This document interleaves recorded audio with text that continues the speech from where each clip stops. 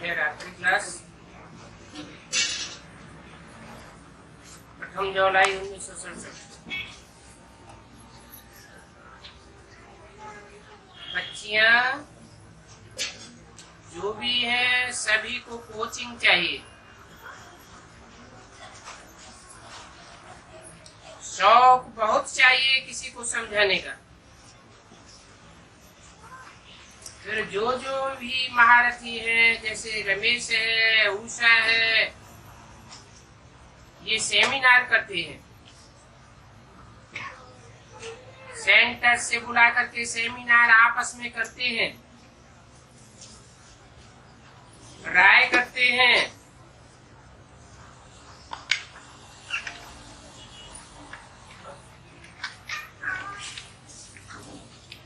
कि कैसे वृद्धि सर्विस को पावे, राजधानी कैसे स्थापन हो।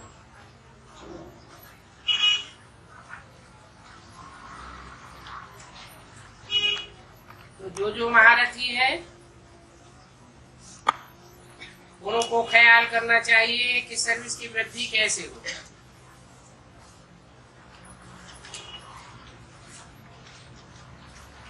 महारथी अपने अपने सेंटर्स पर बैठे बैठे राय भेज सकते हैं, क्योंकि एक जगह पर सबको मंगवाने पर खर्चा हो जाता है। इससे तो हर एक अपनी राय निकाल करके भेजे कि बाबा यह बात होनी चाहिए,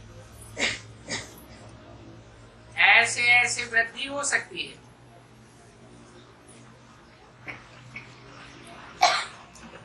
बाबा भी प्रयत्न बताते हैं, सेंटर कितना बड़ा है, वहां पर रूहानी म्यूजियम खोलो। बाहर से भभका करना चाहिए, लिख भी देना चाहिए, चित्र भी अच्छे अच्छे होने चाहिए। समझाना है कि आकर चक्र की आदि मध्य की नाली समझो। बाप से कैसे वर्षा पा सकते हैं वो आकर के समझो।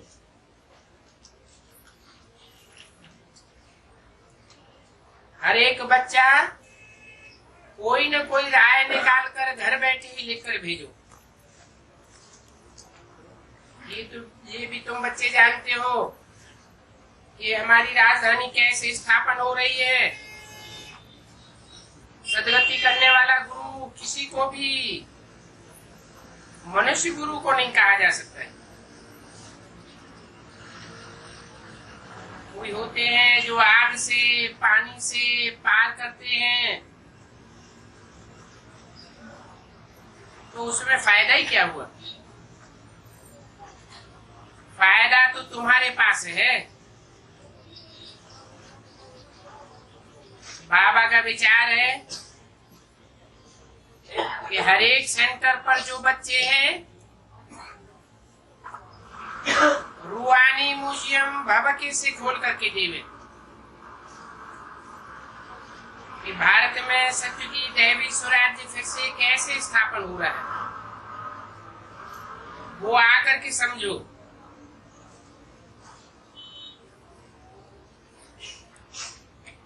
सतयुग से कलयुग, कलयुग से फिर सतयुग कैसे होता है, सो आकर के समझो। समझने से सतयुग का मालिक बन सकते हो। सेमिनार में भी तो यही विचार निकालेंगे।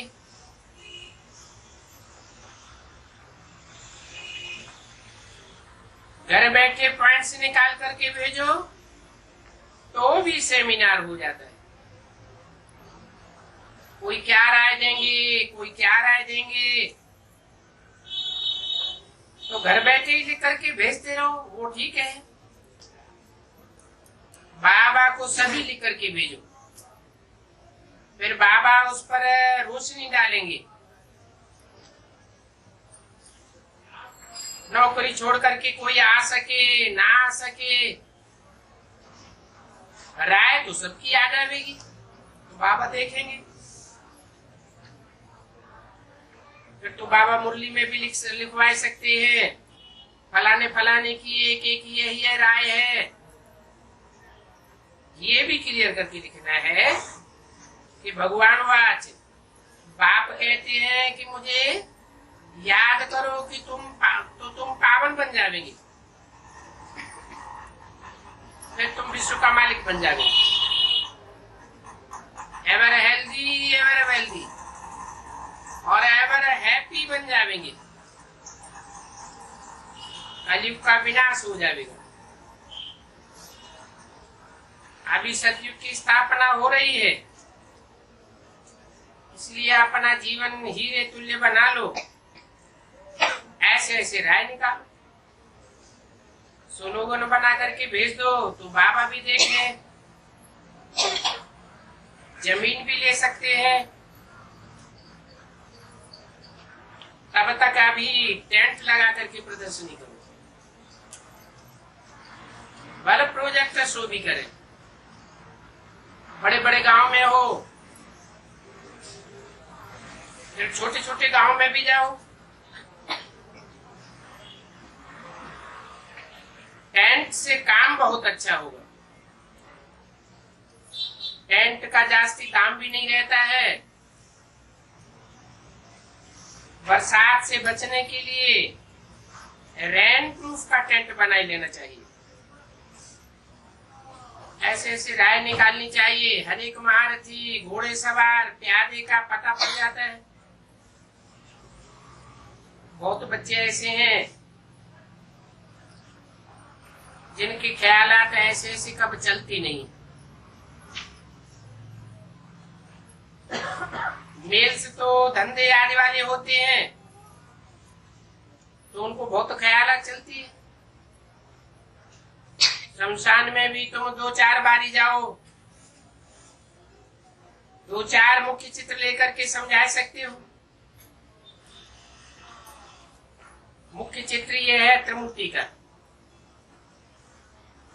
त्रिमूर्ति के चित्र और झाड़ में भी बहुत कुछ है, समझाने तो लीजिए। कोई भी सर्विस पर जाने के लिए तैयार हो जावे तो लिख करके भेजे। चित्रों पर समझाना बहुत सहज हो जाता है।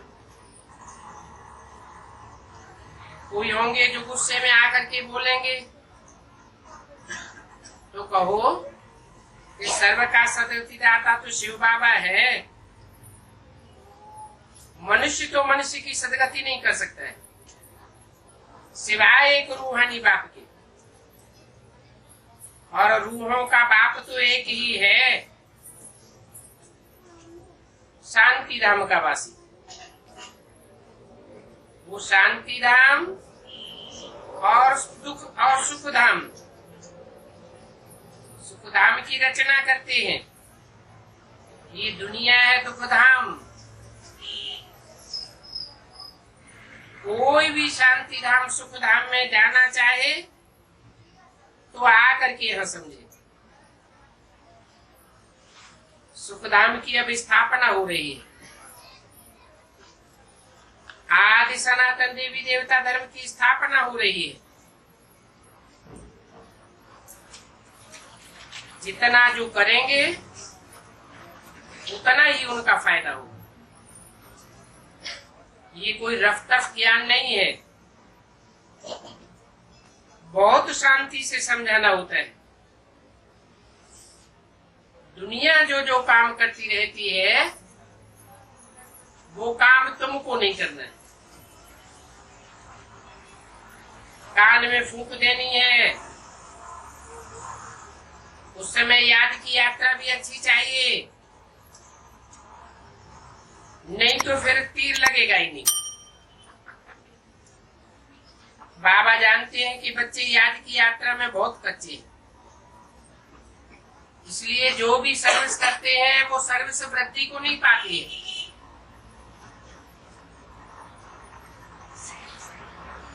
अच्छा, बच्चों को गुड नाइट।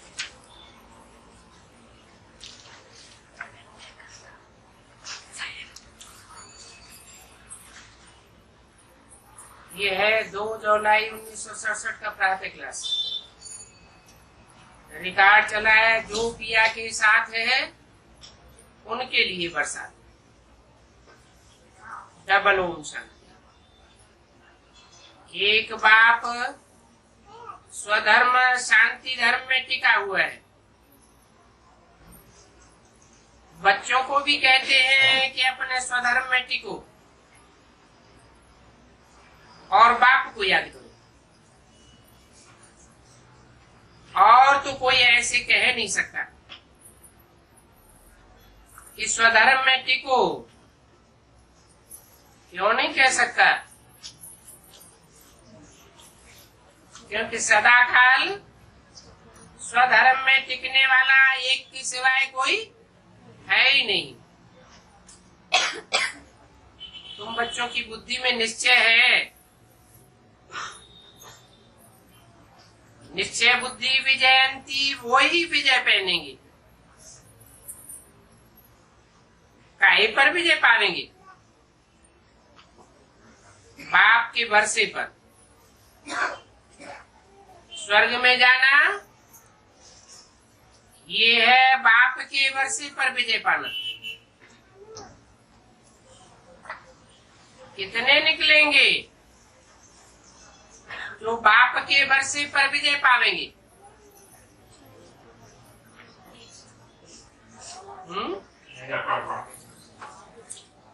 स्वर्ग में जाना ये है बाप के भरोसे पर विजय पाना। कितने निकलेंगे? बाकी है पद के लिए पुरुषार्थ। परंतु स्वर्ग में जाना तो जरूर है। बच्चे जानते हैं कि ये छीछी दुनिया है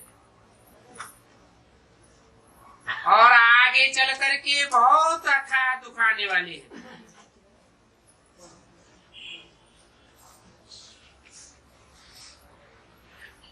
ड्रामा के चक्र को भी तुम बच्चे जानते हो कि अनेक बार बाबा आया है। सभी आत्माओं को पावन बना करके मच्छरों की तरह ले जाने के लिए आया हुआ है। पावन बना करके मच्छरों की तरह ले जाता है। जब तक पावन नहीं बनते हैं तो मच्छरों सदस्य नहीं बन पाते।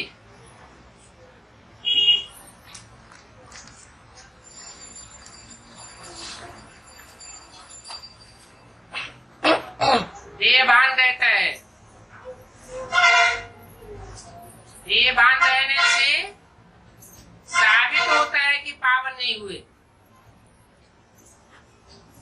जब देह बांध खलास हो जाता है तो कोई अहंकार नहीं रहता।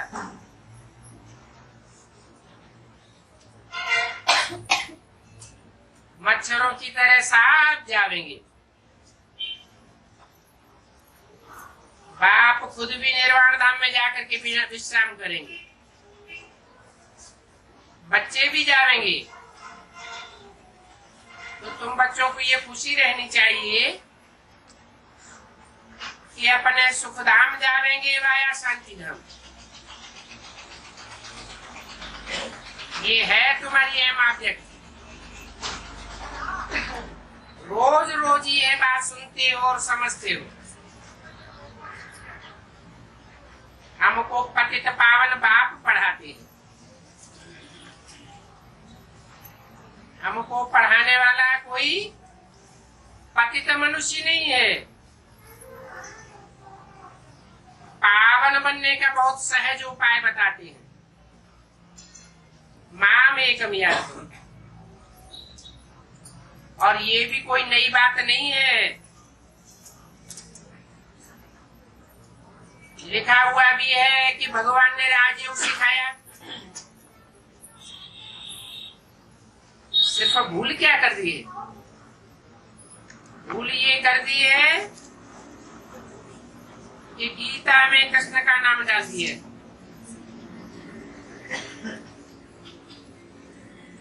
ऐसे भी नहीं कि बच्चों को जो नॉलेज मिल रही है वो गीता के अलावा अन्य में किसी शास्त्र में होगी। गपोड़े तो बहुत मारते रहते हैं कि फलाने वेद में ऐसे है, लिखा है कि शिव परमात्मा ने ब्रह्मा द्वारा ये की रचा।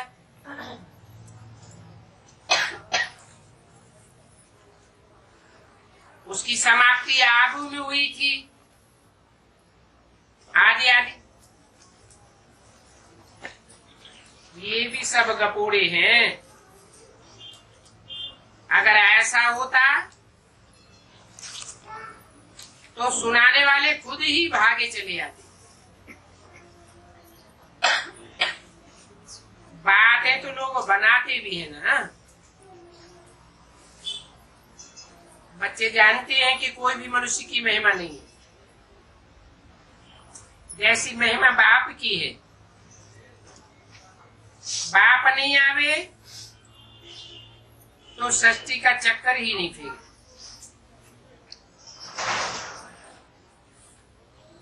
दुखधाम से सुखधाम फिर कैसे बनेगा? सृष्टि का चक्कर तो फिर नहीं है। और बाप को भी जरूर आना ही है। बाप आते ही है सबको ले जाने के लिए। चक्र फिरता रहता है। बाप नहीं आवे तो कलयुग से सतयुग कैसे बने?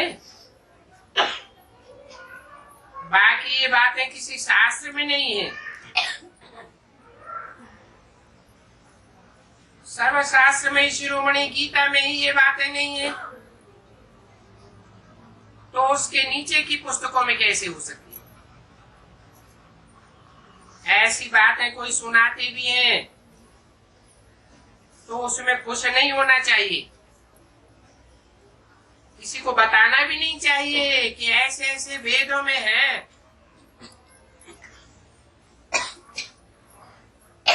कहेंगे इसने तो ये अपना बनाया है। ये राजयोग तो है ही गीता में। बाकी ऐसी बातों में कुछ रखा नहीं है। अगर समझते हैं कि भगवान आबू में आया हुआ है तो एकदम भागते मिलने के लिए। सन्यासी भी तो चाहते यही है कि भगवान से मिले। पतित पावन को याद करना है वापस जाने के लिए। अभी तुम बच्चे तो पदमा पदम भाग्यशाली बन गए। वहां था सुख होते। नई दुनिया में जो देवी देवता धर्म था वो अभी नहीं है।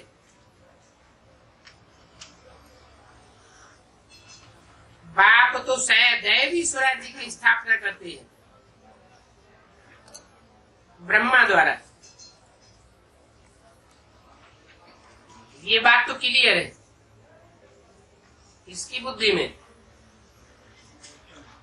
लिखे वालों की बुद्धि में ये बात क्लियर है क्या कि बाप ब्रह्मा द्वारा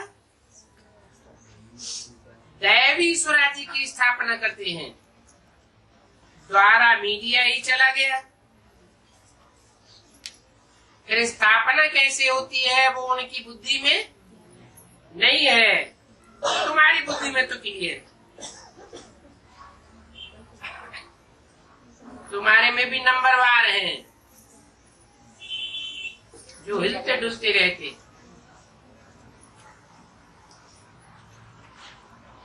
भले बाप ने कहा है नैया डोलेगी लेकिन डूबेगी नहीं।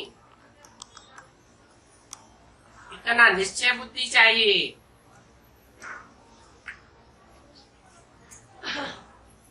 तुम्हारी जो अहम ऑब्जेक्ट है, जिनके सामने अहम ऑब्जेक्ट है उसमें निश्चय की बात ही नहीं। आगे चल करके सहमत समझ जाएंगे। राजधानी तो जरूर स्थापन होनी। आदि सनातन तो है ही देवी देवता धर्म। लक्ष्मी नारायण को कोई हिंदू तो नहीं कहा जाता है। हिंदू तो कोई धर्म ही नहीं है। हिंदुस्तान के रहने वालों को हिंदू कहना ये भी मूर्खता है। जब स्वर्ग में रहते हैं तो इनका नाम ही भारत रहता है। फिर जब तुम नरक में आते हो तब हिंदुस्तान नाम पड़ता है।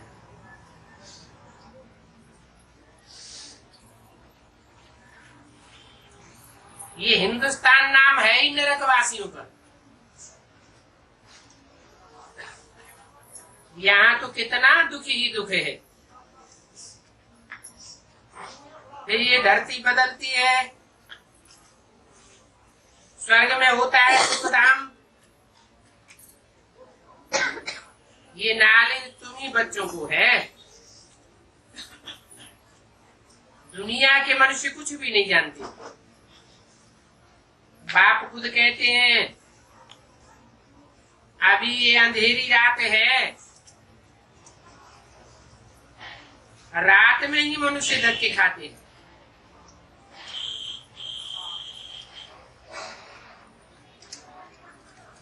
बच्चे तो रोशनी में आ गए हैं। ये भी साक्षी होकर के बुद्धि में धारण करना है। सेकंड बाय सेकंड सृष्टि का चक्र फिरता रहता है। एक दिन का ड्रामा नहीं मिलता है, दूसरे दिन से सारी दुनिया की एक्ट बदलती रहती है। नई नई सीन चलती रहती है। इस समय तो टोटल है दुख की सीन। अगर सुख है तो भी काग विष्टा समान है, बाकी तो दुख ही दुख है। इस जन्म में करके सुख होगा, फिर दूसरे जन्म में दुखी हो जाएंगे। अभी तुम बच्चों की बुद्धि में ये रहना है कि अभी हम जाते हैं अपने घर, इसमें मेहनत करनी है पावन बनने की। पावन बनने के लिए हमको सीने सीमत दी है। लक्ष्मी नारायण बनने के लिए बैरिस्टर मत देंगी। बैरिस्टर बनने के लिए अभी बाप कहते हैं श्रीमत से तुम यह बनो। 2 जुलाई 1967 की वाणी का दूसरा पेज। अपने से पूछना चाहिए कि मेरे में कोई अवगुण तो नहीं है। इस समय गाते भी हैं मुझे निर्गुण हारे में कोई गुण नहीं, आप ही तरस परोई। तरस अर्थात रहम। बाप रहम क्या करेंगे वो कोई को पता नहीं है। बाप कहते हैं मैं तो रहम करता ही नहीं हूं। रहम तो हर एक पुरुषार्थ करके अपने ऊपर करता है। मैं एक एक पर रहम कर दूं फिर तो पक्षपाती कहा जाऊं। ये ड्रामा बना हुआ है। रावण बेरहम है जो तुमको दुख में ले जाते हैं। ये भी ड्रामा में नूद है। और रावण का भी कोई दोष नहीं है। बाप आकर सिर्फ राय देते हैं, बताते हैं ऐसे ऐसे करो। बाकी ये रावण राज्य तो फिर भी चलेगा क्योंकि ड्रामा अनादि है। ना तो रावण का दोष है ना मनुष्यों का दोष है। ये सुख दुख का चक्र तो फिर नहीं है। फिर भी रावण से छुड़ाने के लिए बाप युक्तियां देते रहते हैं। रावण की मत पर तुम कितने पापात्मा बने हो। अभी मैं आया हुआ हूं तो रावण की मत पर तो नहीं चलना चाहिए। अभी पुरानी दुनिया है, फिर जरूर नई दुनिया आवेगी, चक्र तो फेरेगा ही ना। अब सतयुग को ही जरूर आना है। अभी तो संगम युग है। महाभारत लड़ाई भी इस समय की है। विनाश काले विपरीत बुद्धि भी इसी समय होने का है। और हम तो विजयंती बनेंगे। हम स्वर्ग के मालिक होंगे, बाकी और कोई भी नहीं होंगे। ये भी समझते हो कि पवित्र होने के बिना देवता बनना मुश्किल है। अभी बाप से श्रीमत मिलती है श्रेष्ठ देवता बनने के लिए। ऐसी मत कभी भी मिल नहीं सकेगी। और श्रीमत देने का पाठ भी उनका संगम पर है। और कोई में तो ज्ञान ही नहीं है। भक्ति माना ही भक्ति, उनको ज्ञान नहीं कहेंगे। रूहानी ज्ञान, ज्ञान सागर बाप, जो रूहानी बाप है वो ही आकर देते हैं। उनकी महिमा भारत में करते हैं। ज्ञान का सागर, सुख का सागर, तो बाप पुरुषार्थ की युक्तियां बताते रहते। ख्याल रखना चाहिए। अगर आप में फेल हुआ तो कल पाकर फेल होता रहूंगा, बहुत चोट लग जाएगी। श्रीमत पर नहीं चलने के कारण बहुत चोट लग जाती है। ये ब्राह्मणों का झाड़ तो बढ़ना भी है जरूर, इतना ही झाड़ बढ़ेगा जितना दैवी झाड़ है।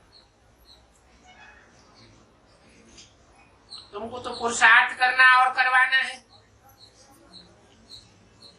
जिन्होंने कल पहले पुरुषार्थ किया है उनको तो कोई भी तकलीफ फील नहीं होगी। सैंपलिंग लगता रहेगा ताकि पूरे देवताओं का झाड़ पूरा हो जाए। तुम जानते हो कि अब हमारा कल्याण हो रहा है। पतित दुनिया से पावन दुनिया में जाने का कल्याण होता है। बुलाते भी हो कि हमको पावन दुनिया में ले जाओ। तुम बच्चों का अभी ताला खुलता है।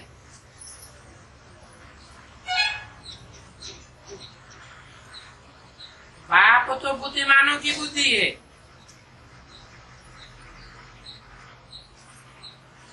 अभी तुम बच्चे समझ रहे हो कि आगे चल करके देखना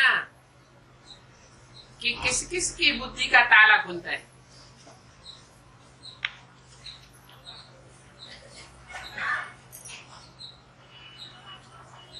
ये भी ड्रामा चलता रहता है।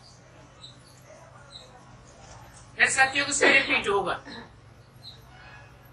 लक्ष्मी नारायण जब तख्त पर बैठते हैं तो संवत शुरू होता है।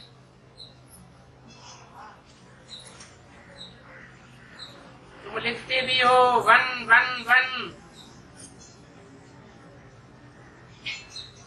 1250 तक सतयुग। कहाँ लिखते हो? लक्ष्मी नारायण के चित्र में लिखा हुआ है। इतना क्लियर है।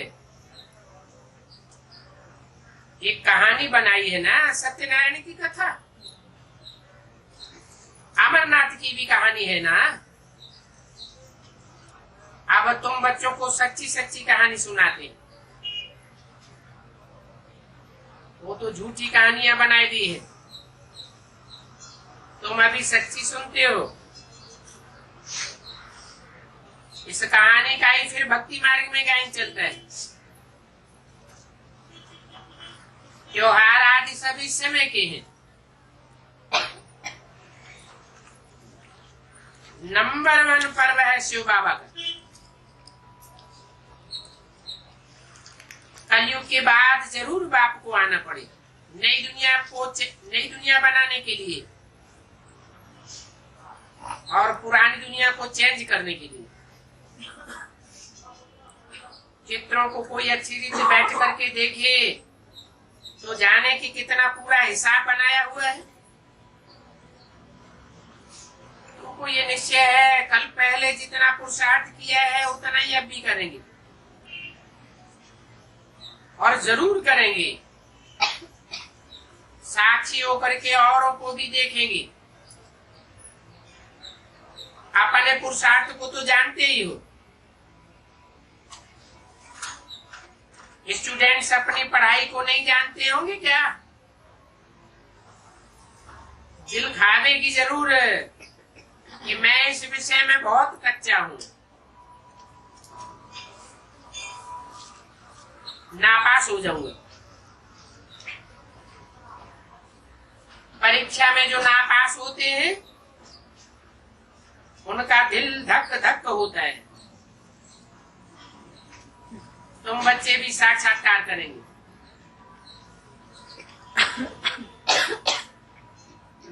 और नापास होने वाले तो जरूर नापास होते ही हैं। फिर क्या कर सकते हैं? स्कूल में नापास होते हैं तो नाते रिश्तेदार भी नाराज होते हैं, टीचर भी नाराज हो जाते हैं। कहेंगे हमारे स्कूल में से कम पास हुए। उस दुनिया में तो बहुत क्लासेस होते हैं और यहाँ तो एक ही क्लास है। कोई टीचर की क्लास में कम पास हुए तो समझ आवे कि ये टीचर अच्छा नहीं है,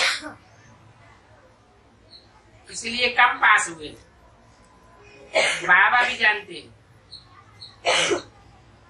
कि सेंटर्स पर कौन कौन अच्छे टीचर्स हैं और कैसे पढ़ाते हैं, कौन कौन अच्छी रीति पढ़ा करके फिर ले आते हैं। बाप के पास ले आते हैं तो सबका पता पड़ जाता है। बाबा तो कहते रहते हैं कि बादलों को ले आना है,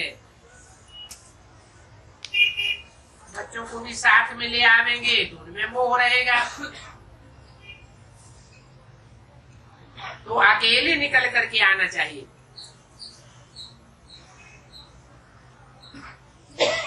तो बुद्धि अच्छी रीति लगी रहेगी। ईश्वरीय सेवा में ही बुद्धि रहेगी। बच्चों को तो वहां पर भी देखते ही रहते हो। कहते हैं कि ये पुरानी दुनिया कब्रिस्तान होनी है, अभी हम नया मकान बनाते हैं तो बुद्धि में ये नया मकान ही रहना चाहिए। 2 जुलाई 67 की वाणी का 3रा पेज। समझते हैं कि ये नया मकान बन रहा है तो धंधा आदि भी करते ही रहते हैं, परंतु बुद्धि जो है वो नए मकान की तरफ लगी रहती है। चुप करके तो कोई नहीं बैठ जाते हैं। वो तो है दुनियावी हद की बात और ये तो है बेहद की बात। यहाँ भी जिनकी बुद्धि में बैठा होगा वो चुप करके नहीं बैठेंगे। अपने बच्चों आदि की संभाल भी करनी है, परंतु बुद्धि वहां ही लगी रहेगी कि अब हम घर जा करके फिर नई राजधानी में आवेंगे। ये याद रहेगा तो भी तुमको खुशी बहुत होगी। याद न करने फिर पवित्र भी नहीं बन सकते। कमाई नहीं कर सकेंगे, याद में ही नहीं रहेंगे तो कमाई कैसे करेंगे, पावन कैसे बनेंगे। यहाँ इस दुनिया में तो है ही सब पतित भ्रष्टाचारी। इस दुनिया में श्रेष्ठाचारी कोई हो नहीं सकता। भ्रष्टाचार से तो सांप पैदा होते हैं।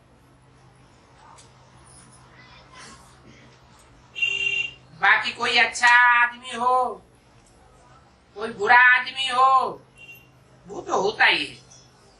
मन बहुत अच्छे हैं परंतु हैं सब नरकवासी। नरकवासी है माना भ्रष्टाचारी है। ये सब बातें बाप बैठ करके समझाते हैं कि नरक कैसे नरक बनाते हैं, कैसे भ्रष्ट आचरण करते हैं और करवाते हैं।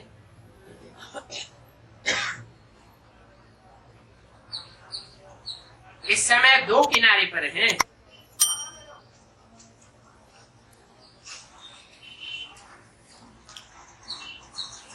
बाप को तो खिवैया भी कहते,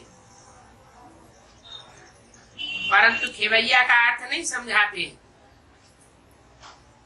तुम जानते हो कि बाप हमको इस पुरानी दुनिया के किनारे से नई दुनिया के किनारे पर ले जाते हैं।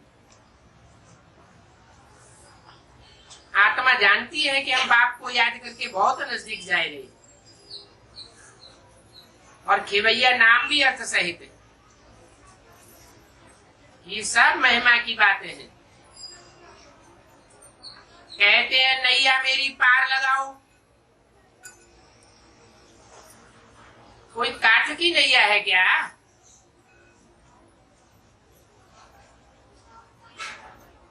सबकी इस समय कठ बुद्धि है। शरीर कोई नैया कहा जाता है। सतयुग में भी ऐसे कहेंगे क्या कि नैया मेरी पार लगाओ? कलयुग में ही पुकारते हैं और एक को ही पुकारते हैं, 100 को थोड़े ही पुकारेंगे। तुम बच्चे ये बातें समझते हो, और जो यहाँ बेसमझ होंगे वो तो आएंगे ही नहीं। बाप की सख्त मना है कि अगर निश्चय नहीं है तो उनको यहाँ नहीं लेकर आना है। कुछ भी समझेंगे नहीं। पहले तो 7 दिन का कोर्स दो। कोई को तो 2 रोज में ही तीर लग जाता है। अच्छा तीर लग गया तो फिर छोड़ेंगे थोड़े ही। कहेंगे हम तो 7 रोज पूरा सीखेंगे।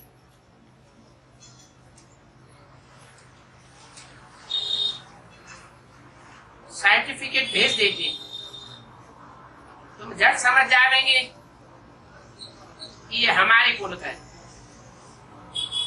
कौन से सर्टिफिकेट की बात की? सर्टिफिकेट माना सर्टिफाई करके भेज देते हैं। क्या बात सर्टिफाई करके भेजते हैं? निश्चय पत्र। तुम झट समझ जावे कि ये हमारे कुल का है। इस बात से समझ जावेंगे हैं? जो निश्चय पत्र सर्टिफाई करके लिख देवेंगे उससे समझ जावेंगे। जो तेज बुद्धि होंगे वो तो कोई भी बात की परवाह नहीं करेंगे। अच्छा लाओ हम अभी लिखते हैं। क्या? निश्चय पत्र। चाहे खून से लिखवा लो, चाहे वो स्टाम्प पेपर पर लिखवाओ, चाहे कोर्ट में लिखवाओ, एग्रीमेंट लिख करके दे देंगे। अच्छा समझो कोई की एक नौकरी छूट जाती है तो दूसरी नहीं मिलेगी क्या? सच्चे दिल वाले जो होते हैं उनकी नौकरी छूटती भी नहीं, खुद भी बंडर खाते हैं। बच्चे कहते हैं कि हमारे पति की बुद्धि को फेरो, बाप कहते हैं मुझे मत कहो कि पति की बुद्धि क्यों फेरो, तुम खुद ही योग में बैठो, क्योंकि तुम्हारे कर्मों का हिसाब किताब पूरा हो रहा है। और याद में रह करके उनको ज्ञान समझाओ।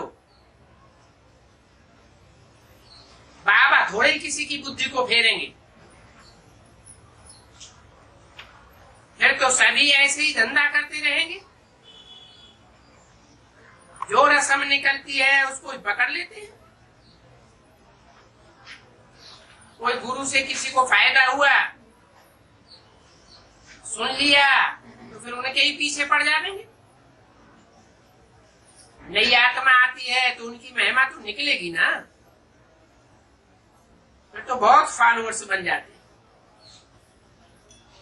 इसलिए इन सब बातों को देखना नहीं है, तुमको देखना है अपन को कि हम कहाँ तक पढ़ते हैं। ये तो बाबा करके चिट-चैट करते हैं, सिर्फ कह देवे कि तुम बाप की याद करते रहो तो तुम कभी भी थकेंगे नहीं। ये तो घर में भी रह करके तुम याद कर सकते हो। ज्ञान का सागर है तो जरूर ज्ञान भी देंगे। मुख्य बात है मन मना भव की। साथ में सृष्टि की आदि मध्य अंत का राज भी समझाते। ये चित्र निकले हैं उनको भी बाप समझाते हैं। विष्णु की नाभि से ब्रह्मा को दिखाया है, त्रिमूर्ति भी है, फिर विष्णु की नाभि से ब्रह्मा, ये फिर क्या है?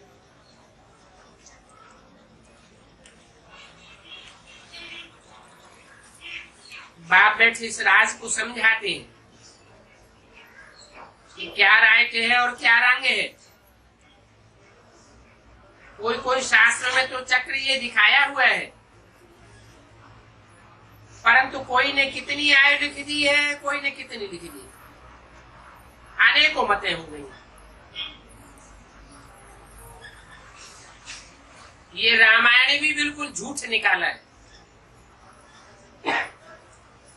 एक सीता को थोड़ा ही रावण ले गया था। बाप बैठ समझाते हैं ये रावण का राज्य तो सारी दुनिया में फैला हुआ है। ये सारी दुनिया ही वेट है, चारों तरफ पानी ही पानी है। शास्त्रों में तो हद की बातें लिखी हुई है बेहद की बात। बाप बेहद की बातें समझाते हैं कि सारी दुनिया में रावण का राज्य है। ये तुम्हारी बुद्धि में ज्ञान है कि हम कैसे पतित बने, फिर कैसे पावन बनना है। कि सारी दुनिया में रावण का राज्य तो है ही।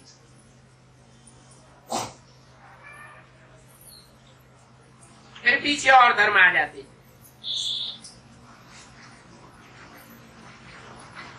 अनेक अनेक वैरायटी हो जाती है, एक नहीं मिले दूसरे से। एक जैसे फीचर्स वाले दो नहीं हो सकते, तो सिद्ध होता है ये बना बनाया खेल है जो रिपीट होता रहता है। और बाप अपने बच्चों को ही बैठ समझाते। समय थोड़ा होता जाता है, अपनी जांच करो कि हम कहाँ तक खुशी में रहते हैं। अच्छा, कांटों से फूल बनने वालों को और फूल बनाने वाले रूहानी बाप दादा का याद प्यार और नमस्ते। ओम शांति। छोटा सा राष्ट्रीय क्लास और है, 2 जुलाई 1967। इन चित्रों को भी देख करके हंसी आती है। ऐसे चित्र कोई होते नहीं है, वास्तव में तो रंग है। नहीं, ये शंख आदि है, शंख गदा चक्र फूल आदि ये सब ब्राह्मणों की निशानी है। वास्तव में विष्णु को तो होती नहीं है। सर्विस बढ़ाने के लिए म्यूजियम मिसल है, सेंटर होना चाहिए, वही सर्विस को बढ़ा सकता है। अबलाएं माताएं बिना चित्रों के समझ नहीं सकेंगी। म्यूजियम होता है पुराने चित्रों, ये है नए चित्रों का चित्र। तुम इन चित्रों पर समझा सकते हो कि सतयुग में देवताओं का राज्य था। जब इनका राज्य था तो शांति थी। क्यों शांति थी? क्योंकि देवताएं स्वर्गवासी थे, स्वस्थिति में रहने वाले थे, तो शांति थी। अभी असुरों का राज्य है तो नरक है, स्वस्थिति में नहीं रहते हैं, अशांति है।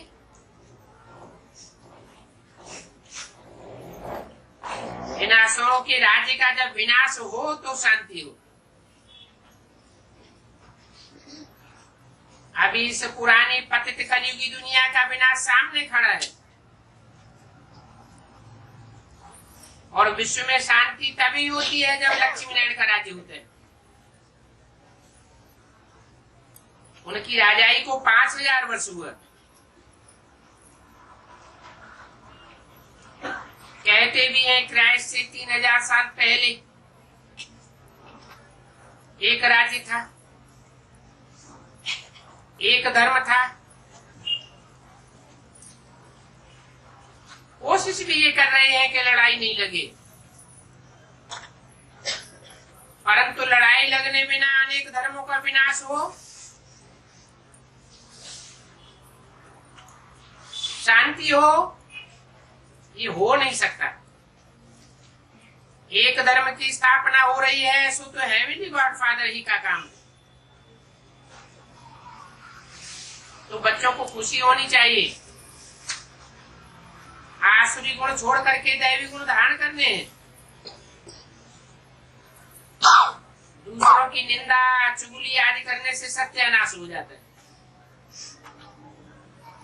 तो गोपियों की ये खुशी है कि बेहद का बाप हमको पढ़ाते हैं, हम उनके बच्चे हैं। प्रजापिता ब्रह्मा के तो बच्चे दोनों ही होंगे ना, उनको कहेंगे भाई बहन, और उनको पवित्र भी जरूर रहना है।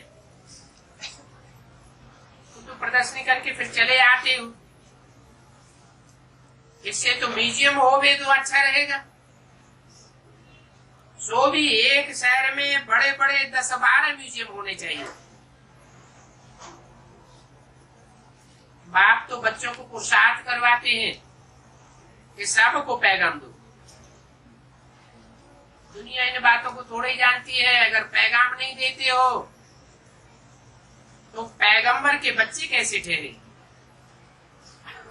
लक्ष्मी नारायण के चित्र से समझेंगे भारत में लक्ष्मी नारायण का राज्य था। चतुर्भुज विष्णु से क्या समझेंगे? तो राइट चित्र ये लक्ष्मी नारायण का है। कोई भी नहीं जानते ये शंख चक्र पद्म गदा आदि ब्राह्मणों को होना चाहिए।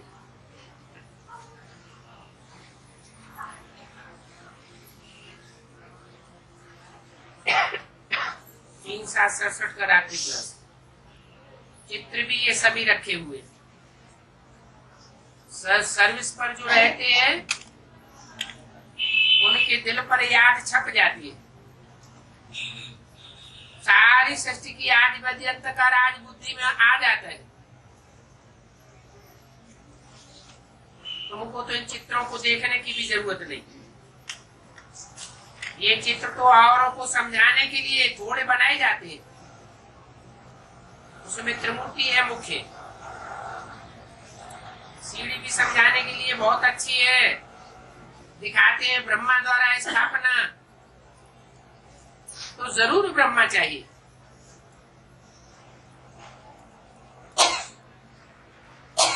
हम ब्रह्मा कुमार कुमारी हैं तो जरूर बाप का ही चित्र रखेंगे। इन द्वारा बाप बैठ समझाते, बहुत सहज है। बच्चे जानते हैं कि बाप आया हुआ है, हमको साथ में ले जाना है, पुराने कर्म बंधनों को भी युक्ति से काटना है। कोई कोई के कर्म बंधन तो बहुत कड़े होते हैं,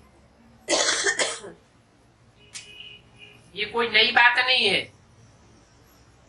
अपने ही 63 जन्मों के बांधे हुए कर्म बंधन है। ये अत्याचार कल पहले भी हुए थे। अभी बाप ने फरमान निकाला है कि ये काम महाशत्रु है। इस माया को जीते जगत जीत बनना है, तब ही तुम विश्व के मालिक बन जाओगे। बाप जो सिखाते हैं वो सीखना है, श्रीमत पर चलना है। बहुत सहज रास्ता बताता हूँ कि तुम मुझे याद करो तो पावन देवता बन जाएंगे। बच्चों को पता है कि हम ये पूज्य थे, हम ये पूज्य से पुजारी बने, अब फिर पूज्य बनने वाले हैं। बहुत खुशी होनी चाहिए। पुराना हिसाब किताब चुकतू करते हो, इसमें मुझने की और थकने की बात नहीं है। समझना चाहिए हम हल्के होते जाते हैं। बाबा नब्ज देख करके ही राय देंगे। राय पर अगर वो नहीं चले तो और ही नुकसान हो जाएगा। बाबा तो हर एक का कारण भी देखते हैं।